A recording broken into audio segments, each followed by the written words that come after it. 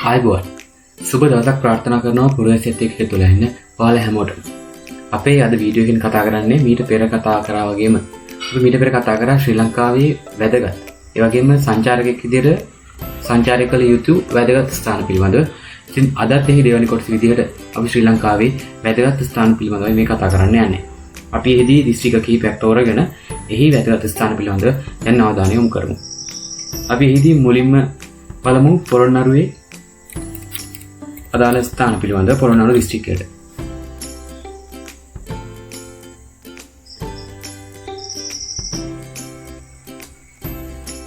මේ ඔබට දක්නට ලැබෙන්නේ පොළොන්නරු දිස්ත්‍රික්කයේ අදාළ සීමාවන්.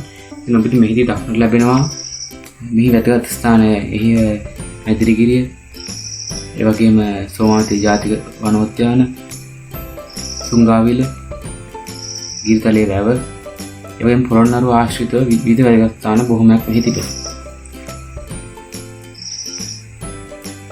අපි මුලින්ම බලමු The Royal Palace. එහෙමත් නැත්නම් වෛජයන්ත ප්‍රාසාදය, පරාක්‍රම බාහු රජතුමාගේ මාලිගාව පිළිබඳව. මේ ඔබට දක්නට ලැබෙන්නේ පොළොන්නරුවේ පිහිටලා තිබෙන වෛජයන්ත ප්‍රාසාදය පරාක්‍රම සමුද්‍රයට ආසන්නව පිහිටලා තිබෙන ආකාරය. පොළොන්නරුව පෞරාණික නගරයේ සංචාරකයකදී රාජකීය මාලිගාව. එහෙම නැත්නම් වෛජයන්ත ප්‍රාසාදය සංචාරකයන් කිසි විටකත් අතවසු නොකරන ආකර්ෂණීය ස්ථානයක්. මහා රාජකීය මාලිගාව 1153 සිට 1186 අතර කාලයේදී ඉදිකරන ලද්දක්. මහා ලදරකට ගොඩනැගිල්ලක් ලෙස ඉදිකර තිබුණා. කාමර 16කින් යුත් මාලිගාව මහල් 7කින් කාමර 55ක් එක් තට්ටුවකට පිහිටන ලෙස තමයි නිර්මාණය කරලා තිබෙන්නේ. ඒ විතරක් නෙමෙයි පරාක්‍රම බාහු රජුගේ ප්‍රධාන මාලිග ලෙසට මේ නම් කර තිබුණා. මේ වෙන විට නටබුන් ආකාරයට මේ තිබුණත් ඒ කාලේදී නම් ඉතාමත් විශාල ලෙස පෙන්වුණු විශාල සංකීර්ණයක් ලෙස කියන්න පුළුවන්.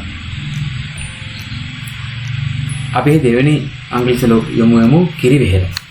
ඉතින් බෞද්ධයන්ගේ ප්‍රධාන වැදගත් දෙයක් පොළොන්නරුවට ගියොත් ඇත්තටම සංචාරකයන් අතපසු නොකරන තැනක් තමයි කිරිවෙහෙර වන්දනා කිරීම.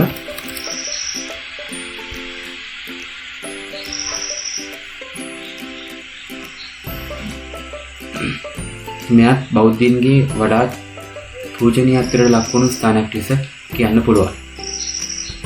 මෙම විශාල ස්තූපය ලංකාතිලක පිළිමගේට උතුරින් පිහිටා තිබෙනවා. ඒ නිර්මාණය කරලා ඇත්තේ සුබ්බද්‍රා නම් මහා පරාක්‍රම රජුගේ රැජින විසින්.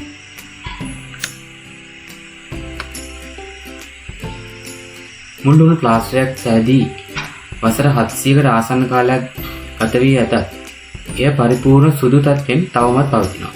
මෙහි විශේෂත්වයක්. ඉතින් ඒකල තාක්ෂණය මින් වඩාත් හොඳින් පිළිබිඹු වෙනවා.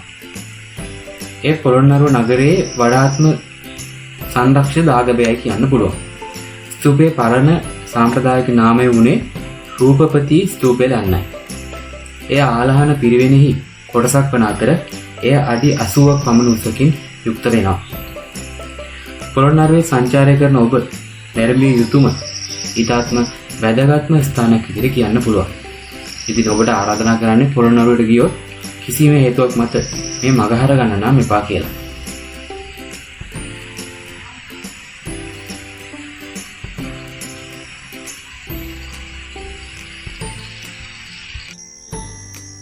අපි නම් දැන් බලමු කිරිවෙහෙරෙන් වගේ අනුරාධපුරේ පොළොන්නරුවේ පිහිටලා තිබෙන තවත් වැදගත් ස්ථානයක්. ඒ තමයි පබළු වෙහෙර.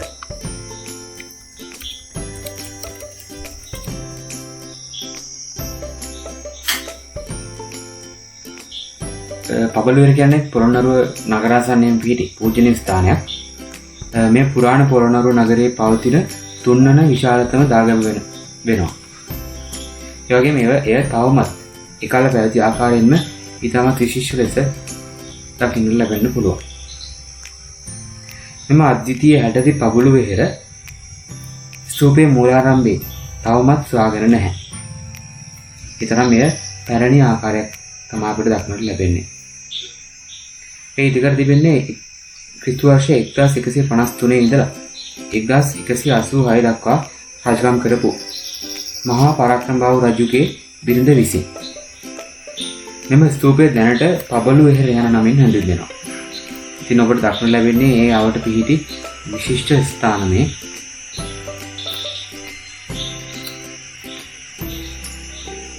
මෙම ස්තූපය දැනට පබළු වෙහෙර නමින් හැඳින්වුවත් ඉතිහාසයේදී ඇතැම් විවිධ නම් භාවිත කර ඇති බවයි සඳහන් වෙන්නේ. මේ පබළු වෙහෙර කියන නමින් හඳුන්වන්නට හේතුව ස්තූපය ආසන්නයේ කැණීම් කරන අවස්ථාවේදී විවිධ ආකාරයේ පබළු විශේෂ හඳුනා ගැනීමයි. මේ වීදුරු වලින් සැකසූ පබළු ආක්‍රමණයන් සහ මෑතකදී නිදන් හොරුන් විසින් මෙම ස්තූපය මධ්‍යම කොටස කැණීම් සිදු කර තිබෙනවා. මේ අතරින් කියනවා නම් බෞද්ධයන් විදියට ඉතාමත් ශෝකනීය තත්ත්වයක්. පොළොන්නරුව වන්දනාමාන කිරීමට යන අවස්ථාවකදී හෝ ඒ ප්‍රදේශයේ සංචාරකය කරන අවස්ථාවකදී ඔබ විසින් කිසිසේත්ම මඟ නොහැරිය යුතු ස්ථානයක් විදියට හඳුන්වන්න පුළුවන්. අපි ඊළඟට බලමු ගල් විහාර පිළිමය. එහෙම නැත්නම් the Lord Buddha figure at ගල් විහාරය කියලා අපිට හඳුන්වන්න පුළුවන්. ඉතින් බෞද්ධයන් විදියට ගත්තාම පොළොන්නරුව තුල පිහිටි, ඒ වගේම ලංකාව තුල පිහිටි විශිෂ්ට ස්ථානයක් විදියට, විශිෂ්ට ගල් නිර්මාණයක් විදියට මේ හඳුන්වන්න පුළුවන්. ශ්‍රී ලංකීය ගල් වඩුවා වගේ, ඒ වගේම අතීත රජවරුන්ගේ ඉතාමත් විශිෂ්ට නිර්මාණ අතරට මේ එකතු වෙනවා. මේ යුනෙස්කෝ ලෝක උරුමයක් ලෙස නම් කරලා තිබෙන ඉතාමත් පෞරාණික, ඉතාමත් විශිෂ්ට ස්ථානයක්. ඔබට මේ දක්නට ලැබෙන්නේ එහි පිහිටලා තිබෙන, එහි නිර්මාණය කරලා තිබෙන විශිෂ්ට නිර්මාණ. මේ සියල්ලක්ව බුදුරජාණන් වහන්සේගේ විවිධ ඉරියව් නිරූපණය කරමින් නිර්මාණය කර තිබෙනවා. ඒ ගල් වලින් සාදන ලද බුදුරජාණන් වහන්සේගේ පරිපූර්ණ නිදර්ශනය. මේ ඉදි කරලා තිබෙන්නේ ක්‍රිස්තු වර්ෂ 1153 සිට 1186 දක්වා රජ කළ මහා පරාක්‍රමබාහු රජුගේ පාලන සමයේදී.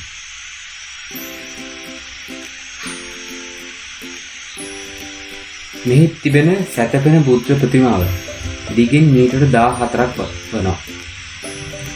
ඉතින් ඔබ එහි ගියොත් එහි විශිෂ්ටත්වය දැක ගන්න පුළුවන්.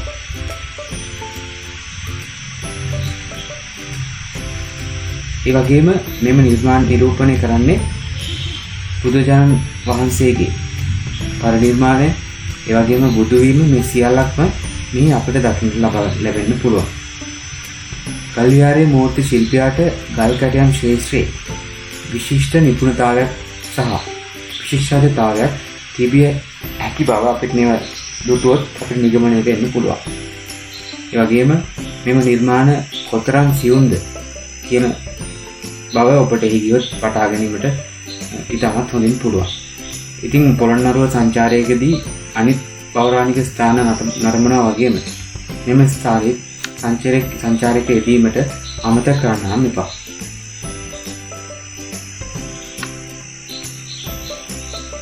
අපි නම් ඊළඟට බලමු පොළොන්නරුවේ පිහිටි තවත් වැදගත් ස්ථානයක්. අංක 2 ශිව දේවාලය. ශිව දේවාල අංක 2 පොළොන්නරුව නගරයේ පිහිටලා තිබෙන තවත් වැදගත් ස්ථානයක් කියන්න පුළුවන්. ඉතින් අපි දැන් බලමු එහි ස්ථානයේ පිහිටලා තිබෙන ආකාරය.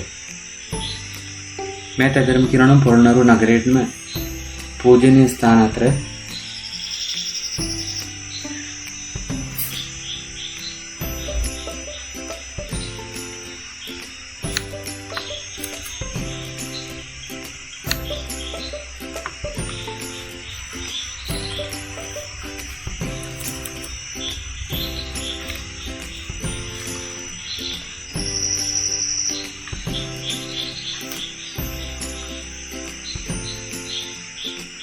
මේ ඔබට දක්නට ලැබෙන්නේ පොළොන්නරුව පිහිටි තවත් ශිව දේවාලයක්. මෙම ශිව දේවාලය පොළොන්නරුව නගරයේ පැරණිතම ගොඩනැගිල්ල ලෙස හඳුන්වන්න පුළුවන්. මේට හේතුව බෞද්ධ උරුමයන්ට පෙර මෙහි ශිව දෙවියන් ඇදහූ දමිළ පිරිස් ජීවත් වූ බවට සාධක තිබෙනවා. ඉතින් මේ එහි විශිෂ්ට නිර්මාණ ගල් වලින් නිර්මාණය කරලා තිබෙන මෙහි වැදගත් ස්ථාන බොහොමයක් අපිට දකින්නට පුළුවන්.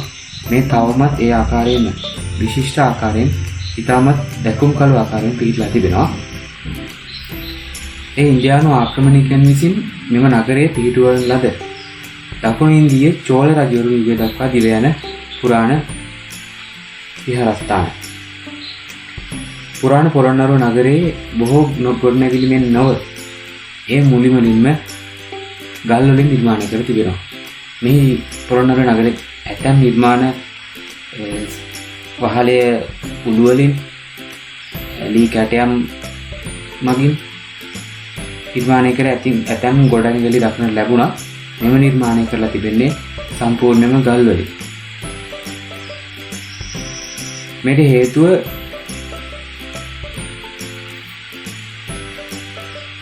නිසා මෙම දේවාලයේ ශතවර්ෂ ගණනාවකට පෙර ඉදිකරන ලද ආකාරයේ බෙහෙවින් සමාන ලෙස අදටත් පවතිනවා. ඒට හේතුව අර ගල් වලින් නිම කරලා තිබෙන නිසා. ඒ වගේම ශිව දෙවියන්ගේ ප්‍රතිමාවන් නන්දි ගවයාගේ ප්‍රතිමාව මෙම ස්ථානයේ පැමිණෙන ඔබට දැක ගැනීමට හැකියාව තිබෙනවා. ඒ වගේම මේ පිහිටලා තිබෙන ශිවලිංගය බැතිමතුන්ගේ වඩාත් වන්දනාමානයට ලක් වූ ස්ථානයක් ලෙස සැලකෙන්න පුළුවන්. විශේෂයෙන්ම දමිළ පිරිස් දරුවන් අපේක්ෂා කරන ඇතැම් පිරිස් මේ ස්ථානය කරවා කිරි වලින් ස්ථානය කරවා ඒ පානය කිරීම මගින් දරුඵල ලබා ගැනීමට හැකියාවක් ඇතැයි දැඩි විශ්වාසයක් තිබෙනවා. ඉතින් මෙවන් විශිෂ්ට නිර්මාණ තිබෙන පොළොන්නරුව සංචාරකයන් විදිහට සංචාරය කිරීමට බලාපොරොත්තු වෙන ඔබ අනිවාර්යෙන්ම යා යුතු ප්‍රදේශයක්. ඉතින් එහි ගියාම මේ ශිව දේවාලය වන්දනාමාන කිරීමට අමතක කරන්න එපා. අපි දැන් බලමු පොළොන්නරුවේ පිහිටලා තිබෙන The Oddisons Hall නමින් හඳුන්වන ස්ථානය. නැත්නම් ප්‍රේක්ෂාගාරය කියලා හඳුන්වන්න පුළුවන්.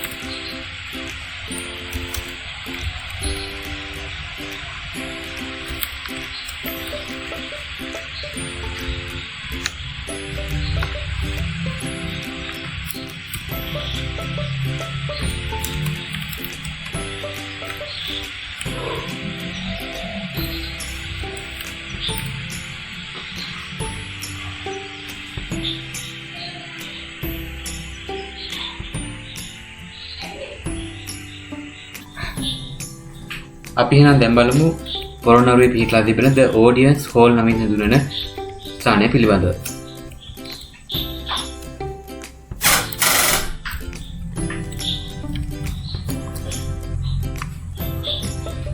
මෙම නැත්නම් මේ ප්‍රේක්ෂාගාරය නමින් හඳුන්වනවා. මෙයත් පරාක්‍රම සමුද්‍රයේ ආසන්නයේ පිහිටලා තිබෙන නටබුන් ආශ්‍රිතව පිහිටලා තිබෙන වැදගත් ස්ථානයක්. ප්‍රේක්ෂාගාරය යනු එහි එක් විත්තිවල අලංකාර කැටයම් අලියතුන්ගේ පිළිම පවතින අපූර්ව ස්මාරකයක්.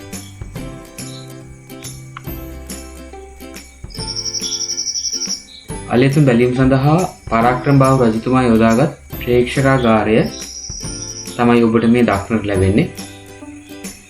එහි සිදු කළ තිබෙන කැටයම් අලි සියල්ලම එකිනෙකාට වඩා වෙනස් වීමයි මෙහි විශේෂත්වය. ගල් වඩුවා විසින් මෙහි දැක්වෙන අලි විවිධ ඉරියව් වලින් දැක්වෙන පරිදි නිර්මාණය කර තිබෙනවා. එදායේ ගල් නිර්මාණ ශිල්පියාගේ විශේෂ දක්ෂතාවය මෙයින් පිළිබිඹු කරන ආකාරයෙන් තමයි ඔවුන් නිර්මාණය කරලා තිබෙන්නේ. මේට පිවිසෙන පඩිපෙළ ඉතාමත් සිත්පද ගන්නා ආකාරයෙන් විවිධ විශාල කැටයම් සියුම් කැටයම් යොදාගෙන තමයි නිර්මාණය කරලා තිබෙන්නේ. එහි එක් පැත්තේ ඉහළින් සිංහයන් කිහිප දෙනෙක් සිටින ආකාරයට හිමවා තිබෙනවා. ඉතින් පොළොන්නරුවට යන ඔබට තවත් නැරඹිය හැකි විශේෂ ස්ථානයක් ලෙස මේ නම් කරන්නට පුළුවන්.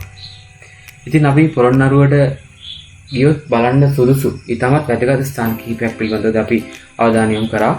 දැන් අපි තවත් දිස්ත්‍රික්කයක් එකට යමු. එහිදී අපි කතා කරලා බලමු ගම්පහ දිස්ත්‍රික්කයේ වැදගත් ස්ථාන කිහිපයක් පිළිබඳව.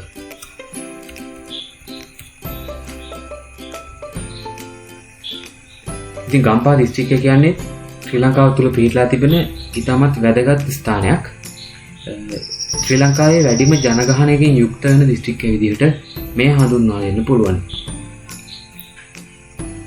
ඉතින් අපි දැන් බලමු ගම්පහ දිස්ත්‍රික්කයේ පිහිටලා තිබෙන වැදගත්ම ස්ථානය වෙතට. එහි මුලින්ම අපි අවධානය යොමු කරමු කැලණි රජමහා විහාරයට. ශ්‍රී ලාංකික බෞද්ධයන්ගේ වැදගත්ම ස්ථානයක් විදිහට මේ නම් කරන්නට පුළුවන්. බුදුරජාණන් වහන්සේගේ පාපහස ලද ඉතාමත් විශිෂ්ට ස්ථානයක් ලෙස මේ හඳුන්වා දීමේ හැකියාව තිබෙනවා. කැලණි රජමහා විහාරය කියන්නේ ශ්‍රී ලංකාවේ කැපී පෙනෙන බෞද්ධ විහාරස්ථානයක්.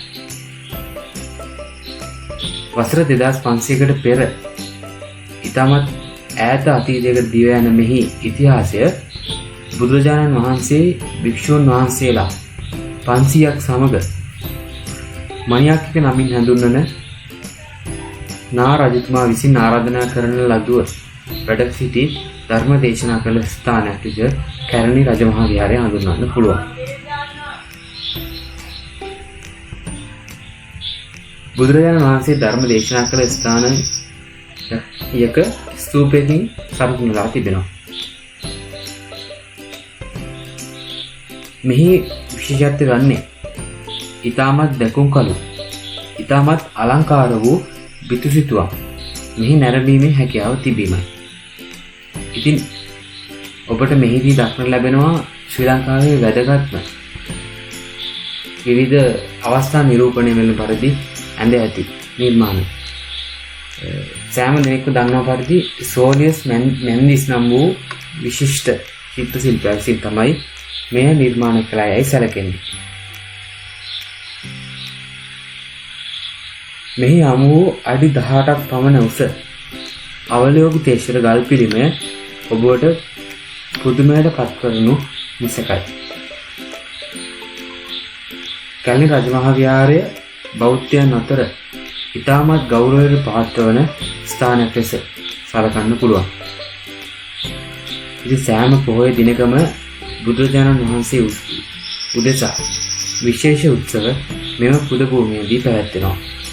ඉතින් ශ්‍රී ලාංකීය බෞද්ධයාගේ වඩාත් පුණ්‍ය අවදානයට යොමු වූ විශිෂ්ට ස්ථානයක් ලෙස මෙය සලකන්නට පුළුවන්.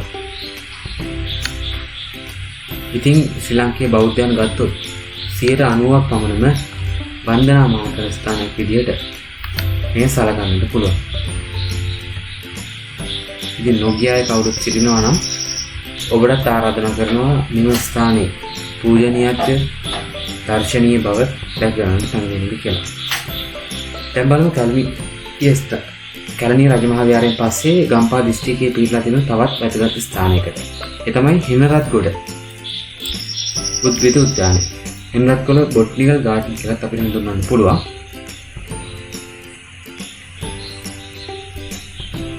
මෙය ගම්පහ දිස්ත්‍රික්කයේ තවත් සුන්දර ස්ථානයක්. ඉතාමත් විශාල වපසරියක් තුර පිහිටලා තිබෙන මෙය සංචාරය කරන ගම්පහ දිස්ත්‍රික්කය තුළ සංචාරය බලාපොරොත්තු වන ඔබට යා යුතුම ස්ථානයක් ලෙස හඳුන්වන්නට පුළුවන්. හෙම්රත්ගොඩ දුම්රිය ස්ථානය ඉදිකිරීමෙන් පසුව හෙම්රත්ගොඩ උද්භිත උද්‍යානය නමින් උද්භිත උද්‍යානයක් පිහිටවලා තිබෙනවා. මෙහි විශේෂත්වය වන්නේ ශ්‍රී ලංකාවේ පළමු රබර් ගස මෙහි රෝපණය කර තිබීමයි. එය තවමත් මෙහි සංචාරය කරන්නෙකුට දැක ගැනීමට පුළුවන්. පළමු බීජ රෝපණය කළේ මුල් හිමිකරු වන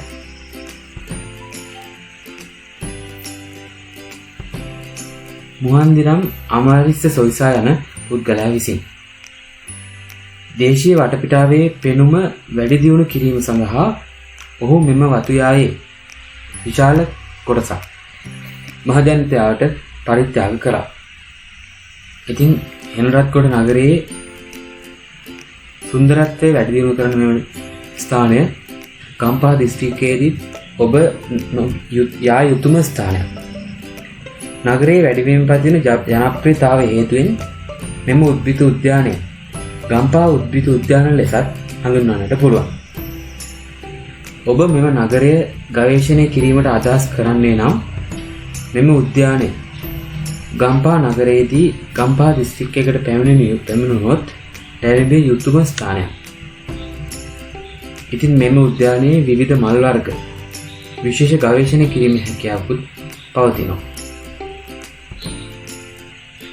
ඉතින් මෙහිදී ඔබට අපිට දක්නට ලැබෙන්නේ පෙන්වුම් කරන්නේ තමන් වැදගත් ස්ථාන. මෙහිදී දක්නට ඔබට පුළුවන් ඔබගේ විඩාව නිවා ගැනීමට හැකි විවිධ ස්ථාන වල දර්ශන.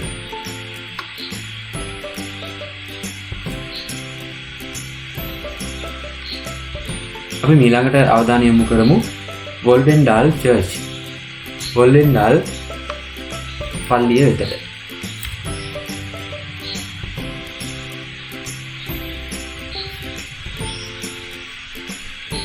වොල්වෙන්ඩාල් චර්ච් එමෙතන වොල්වෙන්ඩාල් පල්ලියත් ගම්පා දිස්ත්‍රික්කය තුළ පිහිටලා තිබෙන තවත් කිතුණු භක්තිකයන්ගේ අවධානය යොමු වෙලා තිබෙන ඔවුන්ගේ පූජනීය ස්ථානයක් වෙතට.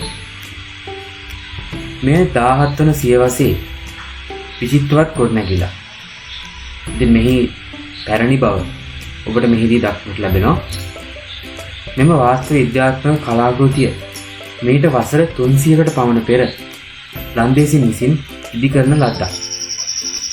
මේ ව්‍යුහය එහි මුල් තේජසින්ම අදටත් පවතිනවා. පල්ලියේ නිස්කලංක සහ දුරස්ථ වාතාවරණය යම් කාලයක් විවේකීය සහ භාවනාවෙන් කටයුතු කිරීමට කාලගත කිරීමට ඉතාමත් යෝග්‍ය වෙනවා. කලක් ශ්‍රී ලංකාවේ තම වාසස්ථාන ලෙස සැලකූ ලන්දේසි නිලධාරීන් සහ වංශාධිපතියන් විසින් කතෝලිකයන් විසින් මෙන් සිහිපත් කරන්නේ අවට වයස්ගත තොරණි. මෙම පල්ලිය පිළිබඳ කෙටි හැඳින්වීමක් මගින් රටේ යටත් විජිත ඉතිහාසය සහ එහි තවමත් එහි උරුමේ කොටසක් වන විදිහට ඒ පිළිබඳව ඔබට දැනුමක් ලැබෙනවා. ඉතින් ගම්පා දිස්ත්‍රික්කයේ ඉතාමත් සුවිශේෂී ස්ථාන කිහිපයක් පිළිබඳව අපි අවධානය යොමු කරා. අපි දැන් යමු කොළඹ දිස්ත්‍රික්කය වෙතට. ඉතින් ශ්‍රී ලංකාවේ අගනගරය විදිහට මේ හඳුන්වන්න පුළුවන් ඉතාමත් තදාසන නගරයක්. ශ්‍රී ලංකාවේ පිටලා තිබෙන ඉතාමත් කාර්යබහුල නගරයක් කියලා කොළඹ නගරය හඳුන්වන්න පුළුවන්. ඔබ සිතන්නේ මෙහි කොන්ක්‍රීට් ගොඩනැගිලි වලින් පමණක් සමන්විත ස්ථාන තිබෙනවා කියලා. නමුත් කොළඹ නගරයේ ඔබට සංචාරකයෙක් විදිහට යා යුතු හැකි වැදගත් ස්ථාන කිහිපයක් අපි මෙහිදී ගෙනෙන්නට බලාපොරොත්තු වෙනවා. ඉතින් මේ පළමු එක ගංගාරාම විහාරස්ථානය.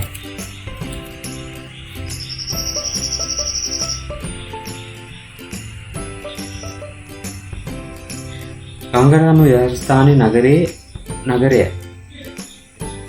පිහිටලා තිබෙන වැදගත් ස්ථානයක්. ගංගාරාම විහාරස්ථානය කොළඹ නගරයේ ප්‍රධානම පන්සලක් විදිහට නම් කරන්න පුළුවන්.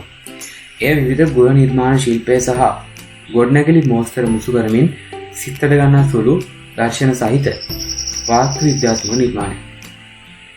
මෙම බෞද්ධ විහාරස්ථානයේ බුදුන්ගේ හිසෙහි ප්‍රතිමා, වටිනා මැණික් සහ වෙනත් ආගමික පුරාවස්තු රාශියක් ඔබට දැක ගන්නට පුළුවන්. භික්ෂුන් වහන්සේලාගේ ගායනා සැබවින්ම විස්මිත සහ ආත්මයට සහනදායී වෙනවා. මෙහි පිහිටලා තිබෙන බුද්ධ ප්‍රතිමා, විවෘත උද්‍යානය, පුස්තකාලය ඔවුන්ගේ අධ්‍යාපන මධ්‍යස්ථානයක නැරඹීමට කාලය ගත කළ හැකි ස්ථානයක්. දේව මාලිගාවේ අලියපු පෝෂණය කිරීමට ඔබ ප්‍රිය කරනු ඇත.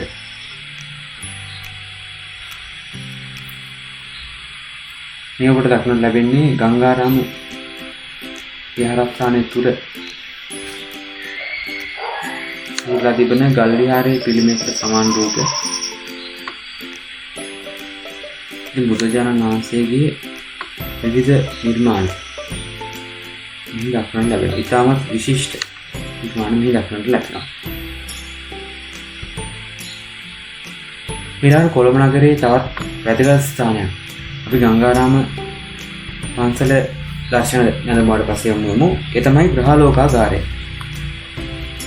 ඒ ශ්‍රී ලංකා ප්ලැනටේරියම් නමින් හඳුන්වනවා.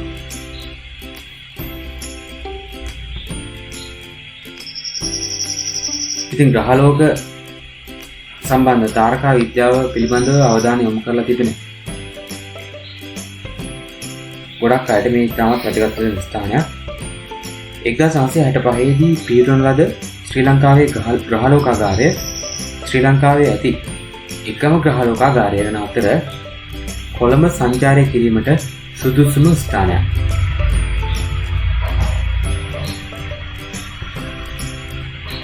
ඒ නරඹන්නට ඉතාමත් ජනප්‍රිය සහ තාරකා විද්‍යාවට සම්බන්ධ අය අතර ඉතාමත් ඉහළ කීර්ති නාමයක් ලබා ඇති ස්ථානයක්. මෙම ගොඩනැගිල්ල නෙළුම් මලක හැඩයට නිර්මාණය කර තිබෙනවා. මේ ශ්‍රවණාගාරයට ආසන 570ක් සහ අසුන් ගැනීමේ හැකියාව තිබෙනවා. ඒ අතර 4D ප්‍රොජෙක්ටරයක් ඇති අතර එය විශ්වයේ කෙටි සංචාරයක් සඳහා ඔබව රැගෙන යනවා. ග්‍රහලෝකාගාරය පිහිට ඇත්තේ කොළඹ විශ්වවිද්‍යාලයේ පරිශ්‍රය තුළ. ඔබට ඉරිදා දිනවල නොමිලේ සංචාරයන් සංදර්ශනයක් ලබා ගැනීමේ හැකියාව තිබෙනවා.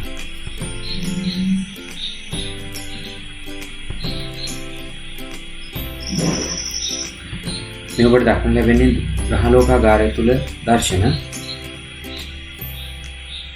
හොඳයි අපි ඊළඟට බලමු කොළඹ නගරයේ පිහිටා තිබෙන ක්‍රෝ අයිලන්ඩ් බීච් උද්‍යානය.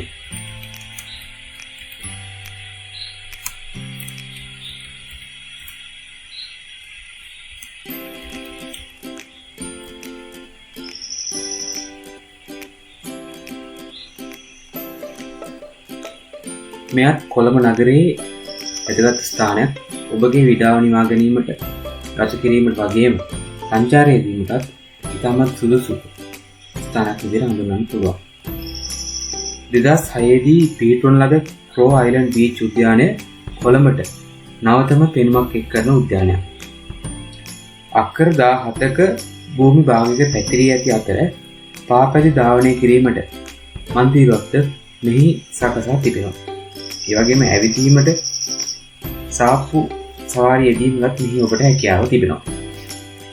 ඔබගේ පවුලේ අය මිතුරන් හෝ හවුල්කරුවෙකු සමග විවේකී ගත කිරීමටත් මේ කදිම ස්ථානයක්.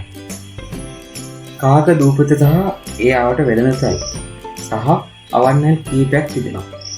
ඉතින් මේ ඔබට දක්වන්න ලැබෙන්නේ විශේෂ ස්ථානවල දසුන්. ඔබේ සහකරුවා හෝ සහකාරිය සමග ගමන් කරන්නේ නම් මෙම වෙරළ උද්‍යානය කොළඹ සංචාරය කිරීමට සුදුසුම ස්ථානයක්. ඔබගේ විඩාබර ගතිය විවේකීව ගත කිරීමට ඔබට නිදහස අවශ්‍ය නම් මෙම ස්ථානයට පැමිණීම ඉතාමත් සුදුසු ස්ථානයක්. ඉතින් මේ සුන්දරත්වය ඔබ දකින්නේ මේ ආකාරයෙන්. කොළඹ නගරයට පිවිසෙන ඔබ, ඒ වගේම කොළඹ නගරය තුළ ජීවත් වෙන ඔබට මෙම ස්ථානය නැරඹීමට, ඔබගේ විඩාව සුව කර ගැනීමට මෙම ස්ථානයට පැමිණෙන්න කියලා අපි පුරවැසියා විදිහට ආරාධනා කරනවා. හොඳයි අපි බලමු ඒ සමානම ස්ථානයක් කොළඹ නගරයේ තවත් පිහිටලා තිබෙන ස්ථානයකට. ඒ තමයි ගෝල්ඩ් ෆේස්.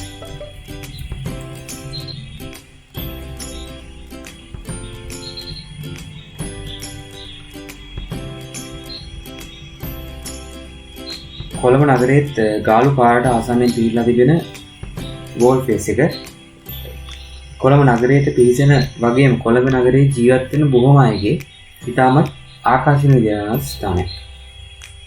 ඉතින් ඔබ හැමෝම දන්නවා මේ ආසන්නයේ තමයි පෝර්ට්‍රී නමින් හැඳින්වෙන විශාල ව්‍යාපෘතියක් ක්‍රියාත්මක වෙන්නේ. ලන්දේසි හමුදාවට ගෙන්වීමේ මාර්ගයක් වුණු ගෝල්ඩ් ෆේස් කියන්නේ අක්කර 12ක විශාල ඉඩ ප්‍රමාණයක් සහ මීටර් 500ක් පමණ දිදුලන වෙරළ තීරයක්. මේ සංචාරකයින්ගේ වගේම ශ්‍රී ලංකාවේ ජීවත් වන සෑම පුරවැසියෙකුගේම අවධානයට යොමු වූ ස්ථානයක්. සංචාරකයන්ට භුක්ති විඳීමට ඉඩ සලසන පුදුමාකාර විවෘත අවකාශයක් සහ නාගරික උද්‍යානයක් විදියට මේ සලකන්නට පුළුවන්. ඉතින් මේ ආසන්නයේ පැරණි ජනාධිපති මන්දිරය, ජනාධිපති කාර්යාලය, ඒ වගේම ගලදාරි හෝටලය, ශැන්ග්‍රීලා හෝටලය, ඒ වගේම රාජ සමුද්‍රා හෝටලය වැනි ඉතාමත් පැරණි සහ නවීනතම පහසුකම් වලින් යුතු හෝටල් මේ දක්නට ලැබෙනවා. මෙහි තිබෙන සක්මන් මළුව විවිධ සංචාරකින්ගේ, ඒ වගේම යහළු එළියන්ගේ, මිතුරන්ගේ සහ පවුල්වල උදවියට සංචාරය කිරීමේදී අමතක නොකළ හැකිම ස්ථානයක්. මේ මුහුදු වෙරළේ ඇවිදින්න, බැස යන හිරුගේ පහස විඳීමට, ඒ වගේම නවක පුද්ගලයන් හමු වීමටත්, දේශීය ශ්‍රී ලාංකිකයන් අතර පසුවිඳීමේ සහ තවත් බොහෝ දේ ගෝල්ෆ් ෆේස් එකේදී ඔබට මුහුණ දෙන්නට පුළුවන්. ඒ වගේම සන්ධ්‍යා අහස, හිරු බැස යන අහසත් මෙහිදී ඉතාමත් සුන්දර පෙනුමක් ප්‍රතිඵලනවා. ඉතින් කොළඹට පිවිසෙන ඔබට මේ වගේ සුන්දර ස්ථාන දැක ගැනීමට හැකියාව තිබෙනවා. ඉතින් කොළඹ නගරයේ පිහිටලා තියෙන තවත් වැදගත් ස්ථානයකට අපි දැන් යමු. ඒ තමයි අත්තිරිය බර්ඩ් සැන්චුරි. එහෙම නැත්නම් අත්තිරිය කුරුළු පාරාදීසය.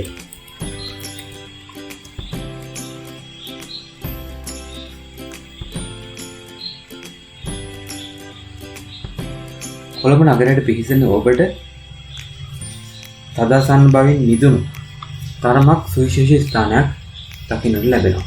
ඒ තමයි අත්තිරිය නමින් හඳුන්වන ප්‍රදේශයේ පිහිටා තිබෙන කුරුළු පාරාදීසය.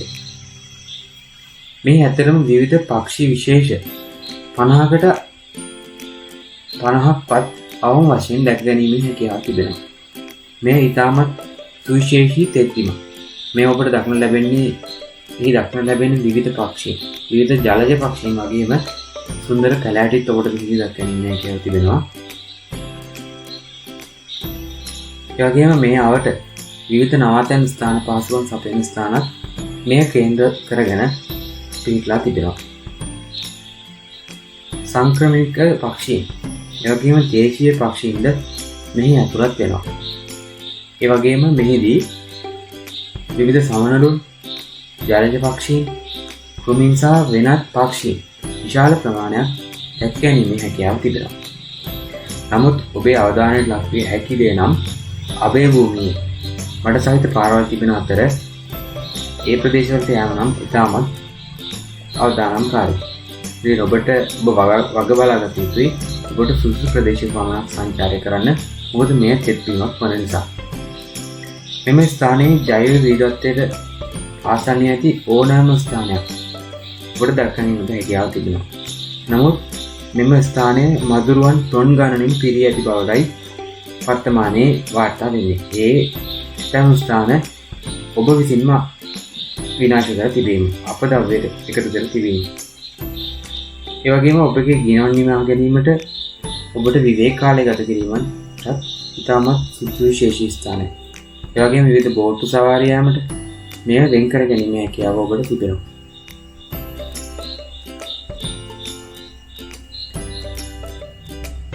මේ ආකාරයෙන් තමයි ඔබට මේ දක්නට හැකියාව තිබෙන්නේ. සන්ධ්‍යා කාලයේ මේ ප්‍රදේශය ඉතාමත් සුන්දර දසුන් මවනවා.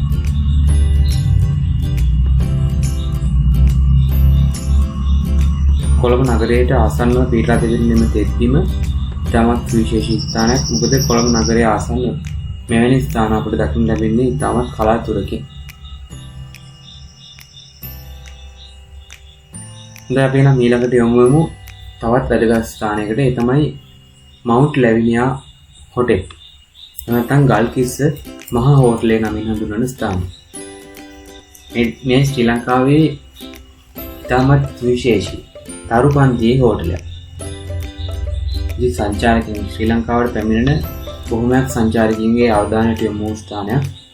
ඒ වගේම ඉතාමත් ඉහළ පන්තියේ සැප පහසුකම් මෙහි අපට දක්නට ලැබෙනවා. ශ්‍රී ලංකාව තුළ පිහිටලා තිබෙන ඉතාමත් පැරණි ශ්‍රී ලංකාවේ පුද්ගලයෙකුට අයිතිවාසිකම් තියෙන ඉතාමත් පැරණිම විශේෂී ගොඩනැගිල්ලක්. ඒ වගේම විශේෂී හෝටලයක් විදිහට මේ හඳුන්වන්නට පුළුවන්.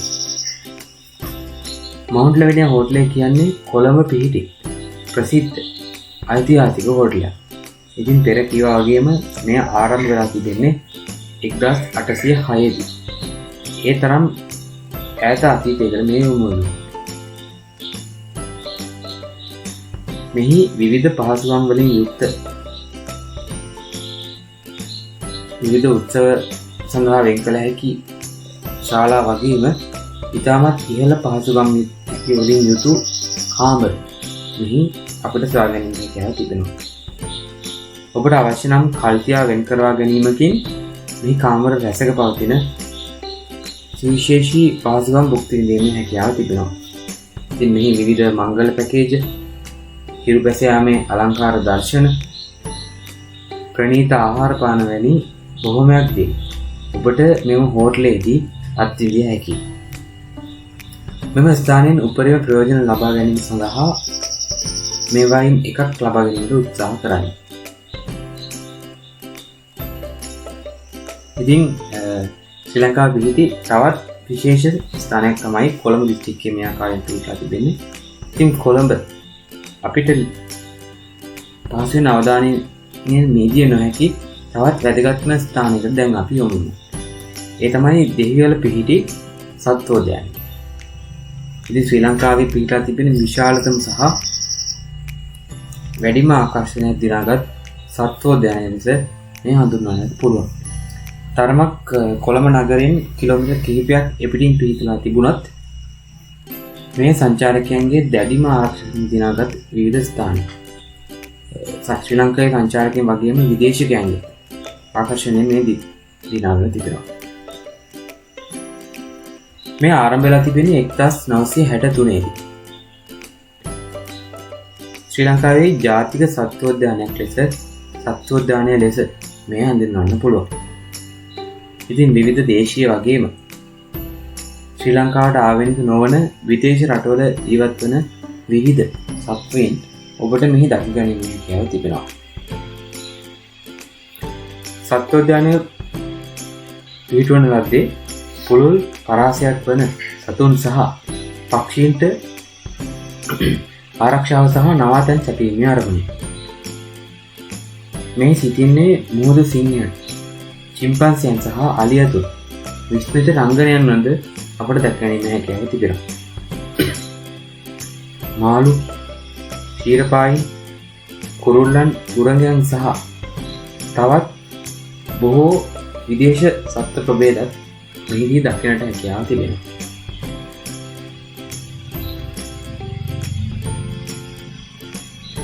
මේ ඔබට දකින්න ලැබෙන්නේ සන්ධ්‍යා කාලයේදී අපිට බලා ගන්න පුළුවන් අලි සංදර්ශනයක ඡායාරූප කිහිපයක්.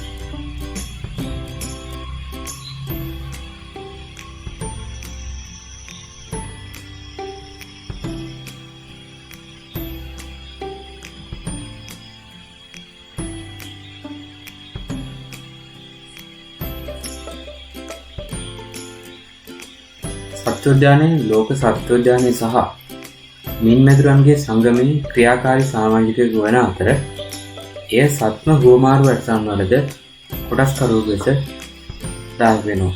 ඒ වගේම අභිජනනය සඳහාද දායක වෙනවා. මේ නිශ්චයකවම ශ්‍රී ලංකාවේ සංචාරය කර හැකි කොළඹ නගරයේදී දක්නට ලැබෙන ඔබට පහසුවෙන් ළඟා විය හැකි වඩාත් ඉහළ ආකර්ෂණයට දිනාගත් ස්ථානය. ඉතින් ශ්‍රී ලංකාව තුළ සංචාරයේ යෙදෙන ඔබට යා යුතුම ස්ථානයක් විදියට මේ හඳුන්වන්නට පුළුවන්. මොකද ශ්‍රී ලංකාවේ ඒකදේශික සාක්ෂි පක්ෂීන් සත්වයින් ශ්‍රී ලංකාවට පමණක් ආවේනික වූ ඉතාමත් දුර්වල ගණේෂ් පක්ෂීන් ඔබට මෙහි දක්නට ලැබීමේ හැකියාව තිබෙනවා. මේ ඔබ දකින්නේහි සත්වයින්ගෙන් ලබාගත් විවිධ ඡායාරූප.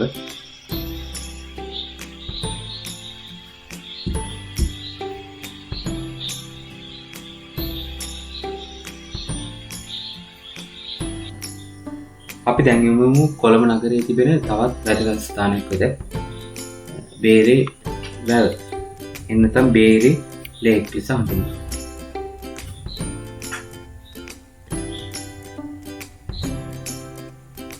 කොළඹ නගරයේ මැදේ හදවතෙහි පිහිටා ලිපෙන බේරවිල සැතපුම් එකක් පමණ විහිදෙන අතර අකර 160ක පමණ භූමි ප්‍රමාණයක් ආවරණය කරනවා. වරක් රට තුළ වෙළඳ බලන සඳහා ප්‍රවාහන ප්‍රවයක් ලෙස බේරවල කොළඹ සංචාරය කිරීමට වඩාත් සිද්ධාන්ත සුළු ස්ථානයක් විදියට විනෝදජනක ස්ථානයක් විදියට නම් කරන්න පුළුවන්. සංචාරකයන්ට කුරුල්ලන්ට නැරඹීමට බෝට්ටු පැදීමට හිරු බැස යාම දර්ශන සහ තවත් ක්‍රියාකාරකම් බොහෝමයකට බේරවිල ආසන්නයේදී සිදු කළ හැකියි.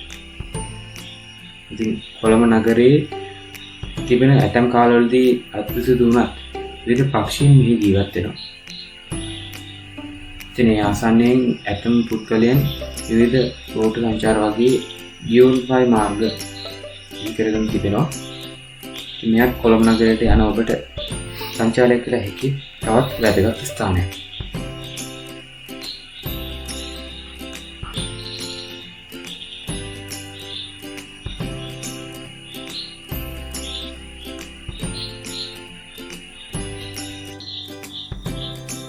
බේරවල දර්ශනය කරාට පස්සේ කොළඹ නගරයේ දර්ශනය වෙන තවත් ස්ථානයක් ලෙස අපිට දක්වන්න පුළුවන් රතු පල්ලිය.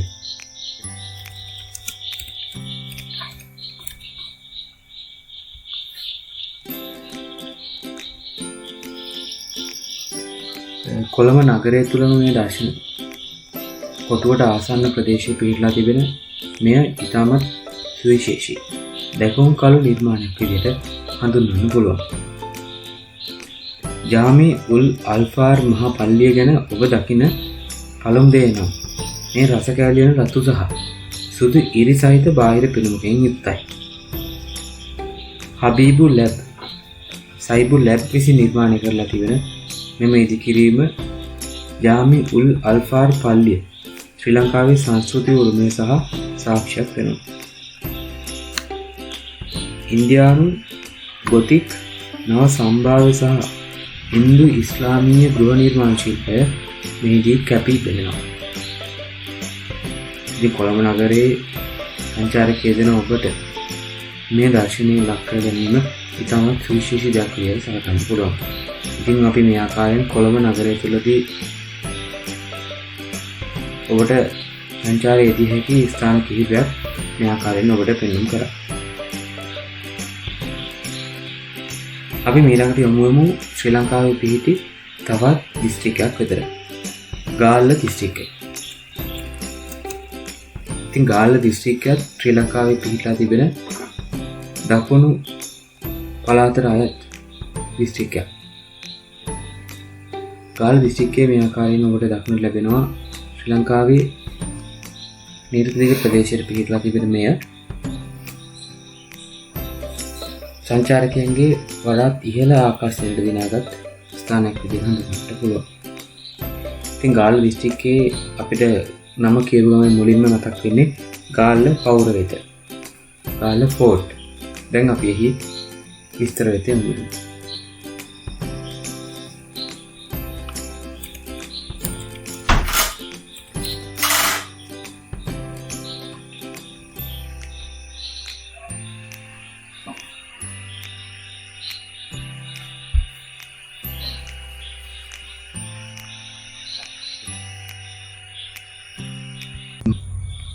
ගාල්ල නගරයේ පිහිටලා තිබෙන තවත් විශේෂ ස්ථානයක් තමයි ගාල්ල පවුර කියන්නේ. ලන්දේසි බලකොටුව ලෙස පොදුවේ හැඳින්වෙන මෙය අසාමාන්‍ය ඓතිහාසික සහ පුරාවිද්‍යාත්මක ස්ථානයක් වීම නිසා සංචාරකයන්ගේ ආකර්ෂණය දිනාලා තිබෙනවා. 16 වන සියවසේ අගභාගයේදී පෘතුගීසින් විසින් ආරම්භ කරන ලද මෙය පසුව 17 වන සියවසට ආසන්නව ලන්දේසින් විසින් ශක්තිමත් කරන ලද්දක්. ලෝපුරා සංචාරකින්ගේ ආකර්ෂණය දිනාගත් එවැගේම ආකර්ශනීය කරවන සාප්පු කැෆේ සහ වෙළඳපොල්වල විචිත්‍රවත් වාතාවරණයක් මෙහි තිබෙනවා.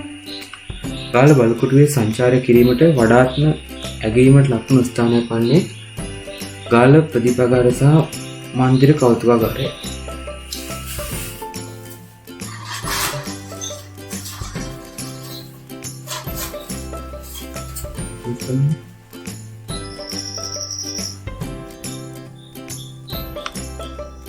ඉතින් ගාල්ල කොටු පවුර දැක්කට පස්සේ අපි ඊළඟට යමු වෙන්නේ ගාල්ල ජාතික කෞතුකාගාරය වෙත.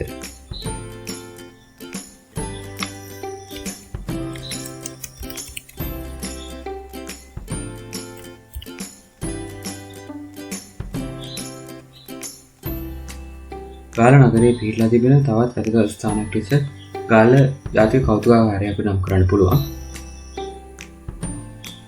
ශ්‍රී ලංකාවේ ගාල්ල ප්‍රදේශය හමු වූ වගේම මුහුදට ආකර්ෂණීය මුහුද ආශ්‍රිතව තිබුණු විශේෂ වැදගත් දේවල් මෙහි තැන්පත් කර තිබෙනවා. ශ්‍රී ලංකාවේ පොහොසත් සහ විචිත්‍රවත් අතීතය පිළිබඳව අවබෝධය ඔබට ලබා ගැනීමට අවශ්‍ය නම් මෙහි යොමු වීම ඉතාමත් වැදගත්. ගාල්ල නගරයේ සංචාරය කළ හැකි ප්‍රධාන ස්ථානවලින් එකක් වන්නේ ජාතික ගාල්ල කෞතුකාගාරය. පෘතුගීසි, ලන්දේසි සහ ඉංග්‍රීසි ලිපියට අයත් දුර්වල නිර්මාණ මෙහිදී ඔබට දක්වන්නට හැකියාව තිබෙනවා. ඉතින් අපි මෙහි දසුන් කීපයක් මේ ආකාරයෙන් බලමු.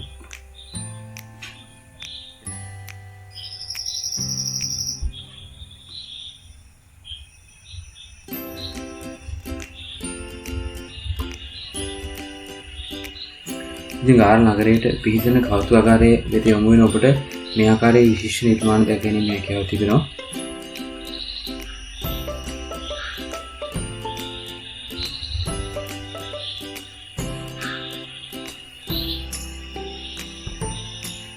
ඉතින් මුලින් හමු වූ වගේම අතීත ලන්දේසි යුගයේ තිබූ විවිධ නිර්මාණත් මෙහි තැන්පත් කර තිබෙනවා. ඉතින් ගාල්ලට යන ඔබ අනිවාර්යයෙන්ම නැරඹිය යුතු ස්ථානයක් විදියට පැය කිහිපයක් ගත කළ යුතු ස්ථානයක් විදියට ගාල්ල කෞතුකාගාරය විදිහට හඳුන්වා දෙන්නට පුළුවන්. ඉතින් මේ ඉතාමත් පෞරාණික ස්ථානයක්. විවිධ අතීතයේ භාවිතා කළ විවිධ ඔරු වර්ග, රුවල් වර්ග, අතීත ලාංඡන, විවිධ නැව්වල ආකෘතීන් වර්ග මෙහි දක්නට ලැබෙනවා.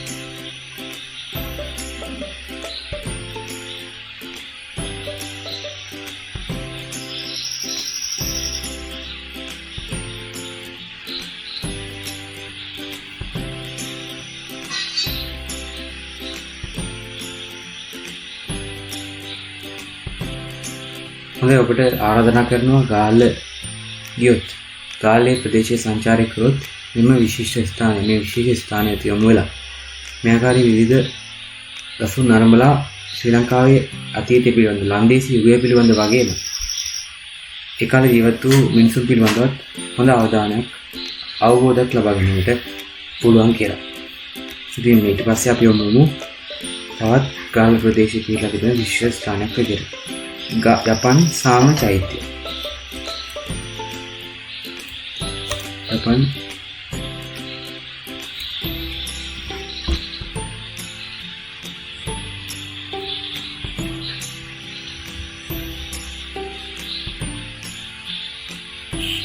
මෙයත් ගාල්ල ප්‍රදේශයේ පිහිටලා තිබෙන ඉතාමත් සුවිශේෂී බෞද්ධයන්ගේ වගේම එම ප්‍රදේශයේ සංචාරය කරන සෑම කෙනෙකුගේම ආකර්ෂණීය වෙනවත් ස්ථානයක්. මුළු ආගරේ අලංකෘත දර්ශන සපයන රෝමසල කඳු මුතුනේ පිහිටා තිබෙන ජපන් සාම චෛත්‍යය ශ්‍රී ලංකාවේ ගාල්ලෙහි සංචාරය කිරීමට සුදුසුම ස්ථානයක්. 2004 දී ඉදිකරන ලද මෙම දැවැන්ත විහාරස්ථානය සංශුද්ධතාවය සහ සංසුන් භාවනාව විදහා දක්වන කෙනෙකුට මේ ඉතාමත් වැදගත් වෙන ස්ථානය. ඉතින් එහෙට මුහුදේ දර්ශන වගේම ඉතාමත් පැහැදිලිව පිහිටලා තිබෙන මොකද කන්දක් මුදුනේ පිහිටලා තිබෙන නිසා.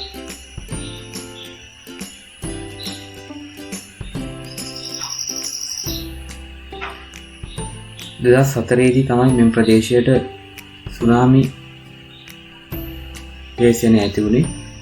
සුනාමි රාළ ප්‍රහාර හින්දා එම ප්‍රදේශයේ ජන ජීවිතයට දැඩි බලපෑමක් ඇති වුණා. ඉතින්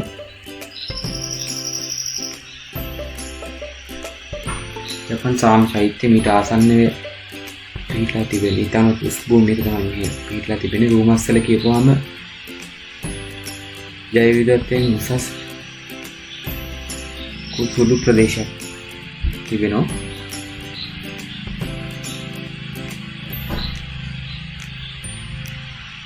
මෙම යුවයේ උණුවටුන සහ ගාල්ල වෙළඳ තීරයෙන් පහසුවෙන් හඳුනාගත හැකි කඳුකරයක් හරහා ඇවිදමින් එයට ළඟා වීම හැකියාව තිබෙනවා. ඔබට විශ්මය ජනක හිරු බැස යාමක් දැකීමට අවශ්‍ය නම් ඔබ සවස් වරුවේ එම ස්ථානයට පැමිණිය යුතු වෙනවා. ඉතින් මේ ජපාන සාම චෛත්‍ය ජපාන් සාම චෛත්‍ය යන නම විතර තිබෙන්නේ මේකට ප්‍රධාන අනුග්‍රහය ලැබී තිබෙන්නේ ජපානයේ වීම. ජපාන මූල්‍ය ආධාරය යටතේ මේ නිර්මාණය කර තිබෙනවා. ඉතින් මෙවන් විශේෂ ස්ථාන ගාල්ලට ඔබ පිවිසුනොත් දැක ගැනීම හැකියාව තිබෙනවා. ඉතින් ගාල්ලේ පිහිටලා තිබෙන තවත් සංචාරක ආකර්ෂණ දෙයක් ස්ථානයක් විතර අපි දැන් යමු. ඕනවටන වෙළඳ තීරය තමයි එය.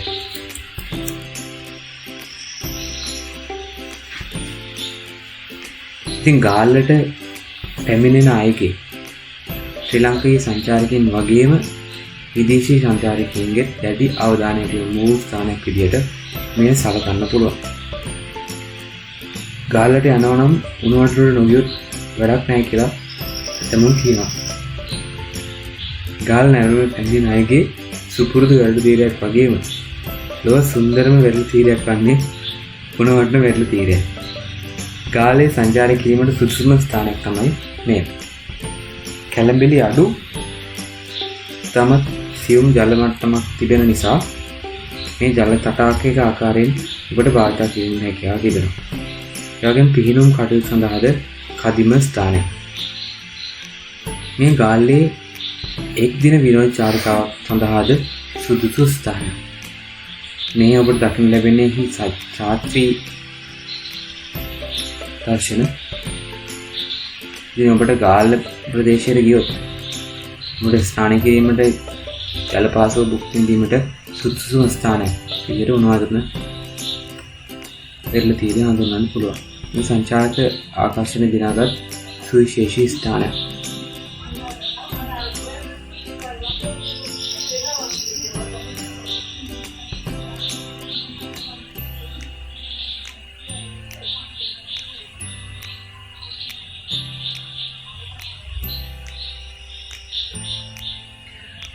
ඉතින් ගාල්ලේ පිහිටලා තිබෙන තවත් වැදගත් ස්ථානයක් විදිහට යොමු වෙමු.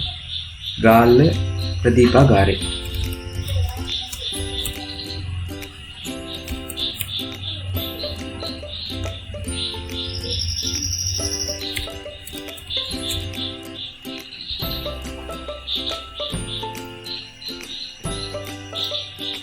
මේ ඉතාමත් ජනප්‍රිය ඒ වගේම ඉතාමත් පැරණි ප්‍රදීපාගාරයක්. ගාල්ලට පැමිණීමත් මෙම ප්‍රදීපාගාරය නැරඹීමකින් තොරව ඔබ ගාල්ල නැරඹීමේ චාරිකාව සම්පූර්ණ වෙන්නේ නැහැ. ගාලු කොටුව තුළ පිහිටලා තිබෙන මෙය ගාල්ල ප්‍රදීපාගාරය ඉතාමත් අලංකාරයි. සිත්ද ගන්න අසුරු මෝස්තර සහ ගෘහ නිර්මාණ ශිල්පය සංචාරකයන්ගේ සිත් ආකර්ෂණය දිනා ගන්නා ලද්දක්. ශ්‍රී ලංකා වරාය අධිකාරිය මගින් පාලනය කරන මෙය 1838 දී නිර්මාණය කරන ලද්දක්. ඉතින් එවැනි අතීතයකට හිමිකම් කියන මෙය නැරඹීමකින් තොරව ඔබ ගියොත් ඒ ඉතාමත් වැරදි ක්‍රියාවක් විදිහට හඳුන්වන්න පුළුවන්. මොකද ඒ තරම් මේ වටින ස්ථානයක් හිතන.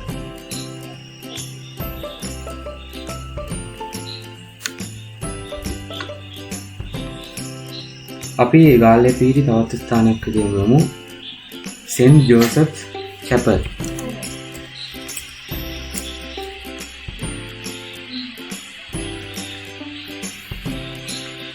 ක්‍රිස්තු භක්තියන්ගේ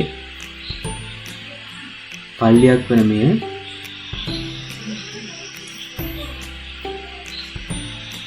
ගාල්ල ප්‍රදේශයේ පිහිටා තිබෙන තවත් සුවිශේෂී ස්ථානයක්. මේ වඩාත් ප්‍රසිද්ධ ගාල්ලේ සංචාරක ආකර්ෂණයන්ගෙන් එකක් වන ශාන්ත ජෝසප් දේවස්ථානය කියන්නේ ඔබට අභ්‍යන්තර සාමය ලබා ගත හැකි ස්ථානයක්. මෙයක් ක්‍රිස්තු භක්තිකයන්ගේ වගේම අනිකුත් සෑම පුද්ගලයෙකුම ආකර්ෂණ දිනාගත් පල්ලියක් විදියට නිර්මාණය කරන ලද්දක්. ගාල්ලේ පිහිටි කුඩා දේවස්ථානයේ පෘතුගීසින්ගේ කාලයේදී නිර්මාණය කළ අතර රෝමානු කතෝලිකයන්ගේ නිරූපණයක්. පසුව එය ලන්දේසින් විසින් පුනර්ජීවනය කරන ලද්දක්. ශාන්ත යෝසප් දේවස්ථානය ලන්දේසි ගෘහ නිර්මාණ ශෛලිය පිළිඹු වන සුළු අවබෝධයකින් වත් මෙය හඳුනාගත හැකි ස්ථානයක් විදිහට හඳුන්වන්න පුළුවන්. මෙහි අභ්‍යන්තර දර්ශන තමයි මේ ඔබට දර්ශනය වෙන්නේ.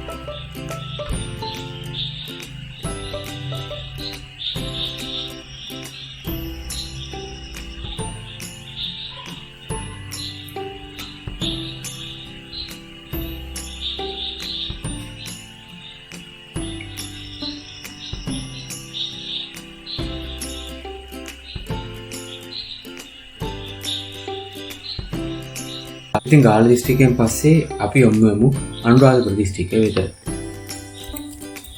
අනුරාධපුර දිස්ත්‍රික්කය අනුරාධපුර නගරයත් ශ්‍රී ලංකාවේ ප්‍රධාන නගරයක් වෙන හඳුන්වන්න පුළුවන් ස්ථානයක්. ඉතින් පූජනීය වැදගත්කමින් යුත් අනුරාධපුර දිස්ත්‍රික්කයේ ජීවන තමයි මේ ආකාරයෙන් ඔබට දක්වන්න ලැබෙන්නේ.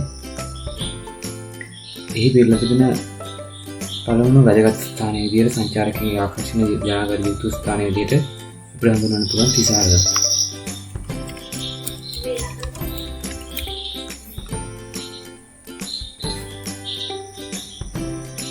මේ තිසාවේ දර්ශන තමයි ඔබට දක්වන්න ලැබෙන්නේ.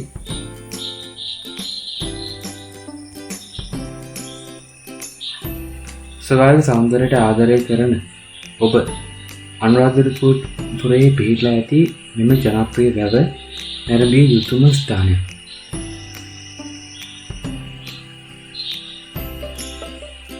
මේ එහි දර්ශන තමයි ඔබට දක්නට ලැබෙන්නේ. මේ පිහිටා තිබෙන ආකාරය තුන්වන ශතවර්ෂයේදී දේවානම්පියතිස්ස රජතුමා විසින් ඉදිකරන ලද තිසාවෙහි මූලික අරමුණ වුණේ අවට කලාපයට ජලය සැපීම පහසු කිරීමට. ඉතින් වර්තමානයේදී අනුරාධපුර නගරයේ ජල අවශ්‍යතාවයෙන් ප්‍රධාන කොටසක් සම්පූර්ණ කරන්නේ තිසාව විසින්. ඉසුරු මුලනියට පිටුපසින් පිහිටලා තිබෙන තිසාවව අනුරාධපුර පිහිටි විශාල වැවක්.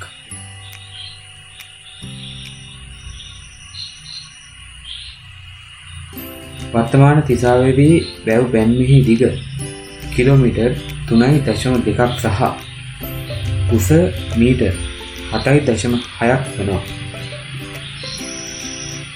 අනුරාධපුර නගරයේ තිබූ රාජකීය උද්‍යානවලට මෙම ජලාශයෙන් ජලය ලබා ගැනීම සිදු කර තිබෙනවා. මෙම ස්ථානයේ දුර්ලභව පක්ෂීන් වර්ග කිහිපයක් දැකිය හැකි බව සංචාරකයන් විසින් සඳහන් කර තිබෙනවා.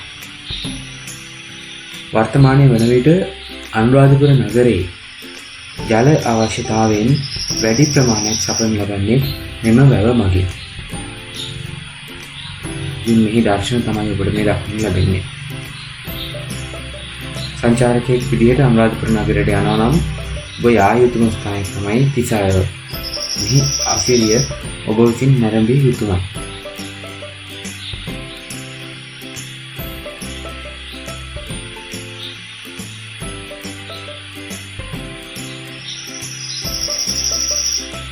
ත්‍රිසාවේ දර්ශන වලින් පස්සේ අපි දැන් යමු අනුරාධපුරයට තරමක් දුරින් පිහිටලා තිබෙන වැදගත් ස්ථානයක්. ඒ තමයි තන්තිරිමලේ රජ මහා විහාරය. අනුරාධපුරයේ සිට කිලෝමීටර් කිහිපයක් ඈතින් තමයි මෙහි පිහිටලා තිබෙන්නේ. ශ්‍රී ලංකාවේ අනුරාධපුර දිස්ත්‍රික්කයේ ඇති තන්තිරිමලේ විහාරය පුරාණ බෞද්ධ විහාරස්ථාන ගවේෂණය කිරීමට අපේක්ෂා කරන බෞද්ධයන් විසින් නැරඹිය යුතුම ස්ථානයක්. අනුරාධපුර නගරයේ සිට කිලෝමීටර් 40ක් පමණ දුරින් තමයි මෙය පිහිටලා තිබෙන්නේ. තන්තිරිමලය ප්‍රදේශය ඉතාමත් දැකුම්කලු ප්‍රදේශයක් වන අතර ඉතාමත් ජන ආදරය දිනාගත් ස්ථානයක් විදිහට හඳුන්වන්න පුළුවන්.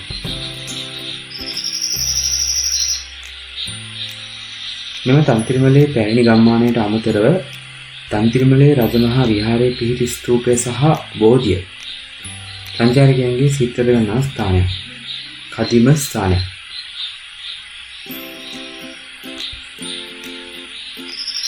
මෙහි දක්නට ලැබෙන්නේ එම විහාරස්ථාන පිහිටි සුවිශේෂී දේවල්.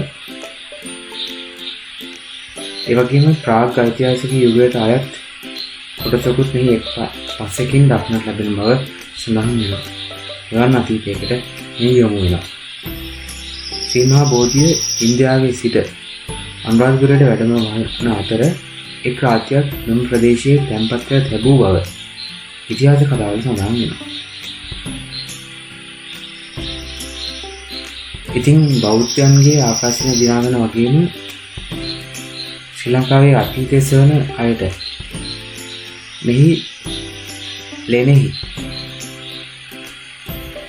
ප්‍රාග් ඓතිහාසික යුගයට අයත් නිර්මාණ එකල මානවයා භාවිත කර ඇතැම් ආයුධ වර්ග, ගල් ආයුධ, විවිධ දේවල් වුන් ආහාරවල සලකුණු වැනි දෑ දක්නට ලැබෙනවා. ඉතින් අනුරාධපුරයට යන ඔබට තරමක් දුරින් පිහිටලා තිබුණත් කිලෝමීටර් 40ක් වගේ දුරින් පිහිටලා තිබුණත් මේට යොමු වෙලා මේ ගන්ධාමාන කිරීම සහ සංචාරය කළ යාම ඊටමත් වැදගත් කියලා හිතනවා. එහෙනම් අපි දැන් යමු අනුරාධපුර තුල පිහිටලා තිබෙන තවත් වැදගත් ස්ථානයක් වෙතට. ඒ තමයි අභයගිරි විහාරය. අභයගිරි ස්තූපය.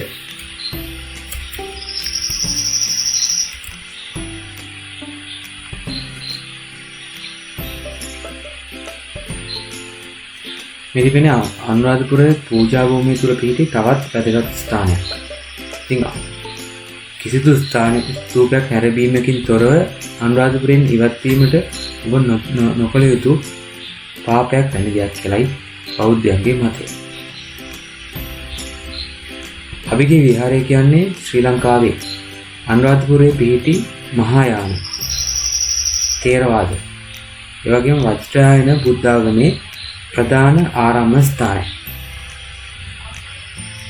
මේ ඇති දැවැන්ත ස්තූපය ක්‍රිස්තු පූර්ව 1 වන සියවස දක්වා ඉතිහාසයකට දිව යනවා. ඉතින් මේදී හමු වූ ඇතැම් නිර්මාණ නිදන්වරුන්ගේ ප්‍රහාරයට ලක් වී තිබෙනවා.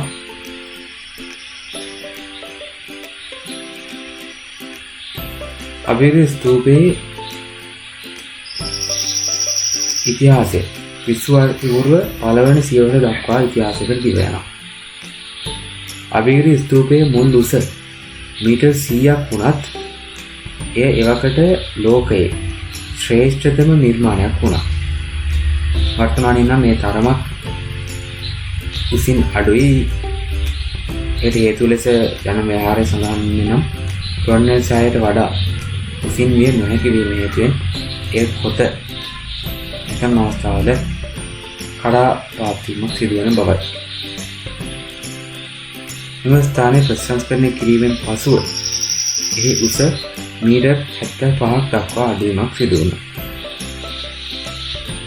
මෙම ස්ථානයේ නම වචනයේ පරිසමාප්ත අර්ථයෙන්ම නිපීත කන්ද හෝ ආරක්ෂක කන්ද ලෙස පරිවර්තනය කර හැකියි. බුදුන් වහන්සේගේ පාසරයන් සහිත ගල්පූරු සහ අලංකාර සඳකඩ පහන් ඔබට මෙහිදී දැක බලාගත හැකියි. ඉතිහාස කතා අනුව වළගම්බා රජු සටන් පෙරදී පලා යන විට ඇති වූ ආරවුලක් මෙම විහාරයේ මුත ඇති වූ බවත් එම හේතුව නිසා මෙම විහාරය සකසූ බවත් යන විහාරයේ සඳහන් වෙනවා. ඒ වගේම වළගම්බා රජුගේ යුද්ධයක් අවස්ථාවේදී ගිරිනම් නම් නිගණ්ඨයා ජීවත් වූ ස්ථානයක් විදිහට මේ හඳුන්වන්න පුළුවන්. ඉතින් අනුරාධපුරට යන ඔබ අවීරී ස්තූපයත් වන්දනාමාන කිරීම ඉතාමත් සුදුසුයි කියලා හිතනවා. මේ ඉතාමත් දර්ශනීයයි. රාත්‍රී කාලයක මෙහි ආලෝක සැපයූ පසු ඉතාමත් දර්ශනීය රූප රටාවක් වනවා. එනම් අනුරාධපුරයේ තවත් ලෝක වැදගත්ම බෞද්ධයන්ගේ ඉතාමත් ආකර්ෂක දිනගත් ජයශ්‍රී මහා බෝධිය වෙත යොමු වෙනවා.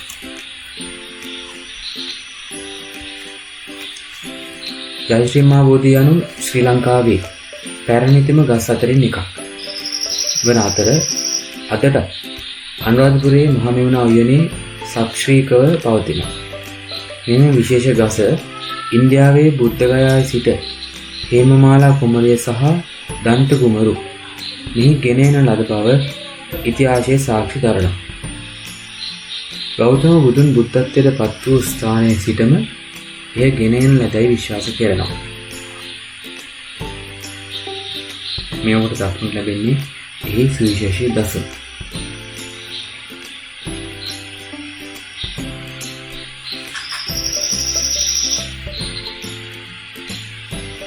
මෙම විශේෂ ගස ඉන්දියාවේ බුද්ධගයා සිට හේමමාලා කුමරු විසින් සහ දන්ත කුමරු විසින් රැගෙන යන ලද්දක් යයි විශ්වාස කරනවා. ඒ ලංකාවේ පුරාණ රජවරුන් සහ බිසෝවරුන් මෙන්න බොහෝ බෞද්ධ නායකයන් විසිනුත් වර්තමානයේ රාජ්‍ය නායකයන් විසිනුත් ආකර්ෂණීය දිනාගන ආකාරයෙන් සකසා ආරක්ෂා කළ ස්ථානයක් විදිහට සලකන්න පුළුවන්. ඉතාමත් දුෂ්කර අවස්ථාවලදී පවා අතීත නරපතියන් මේ දේවත්වය තම ඉතාමත් ඉහළ වගකීමක් සලකා ආරක්ෂා කළ බව ඉතිහාසයේ දැක්වෙනවා. මෙම ගසේ සුන්දරත්වය ඉතාමත් ඉහළ සුන්දරත්වය කියාපාන ලබන අතර ඒ නරඹන්නන් තුළ සංසුන් සහ සාමයේ හැඟීමක් ඇති කරනවා. ඉතින් අනුරාධපුරයට යන ඔබ ජයශ්‍රී මහා බෝධීන් වහන්සේ නොබැලුවොත් වන්දනාමාන කිරීමට නොගියහොත් ඒ ඉතාමත් ඉහළ පාප කර්මයක් වනු ඇත.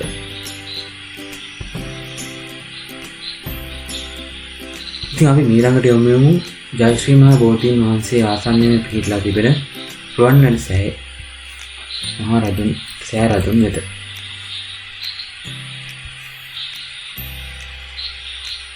ශ්‍රී ලංකාවේ අනුරාධපුරයේ පවතින රුවන්වැලි සෑය ස්තූපය සංචාරය කළ යුතු ප්‍රමුඛතම ස්ථානය.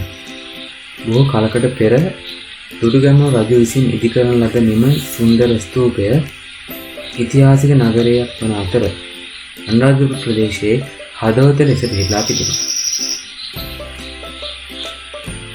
ඉතින් එහි මේ විශේෂ දර්ශන තමයි ඔබ මේ දකින්නේ. ඒ වගේම මහා ස්තූපය ලෙසත් මේ නම් කර තිබෙනවා.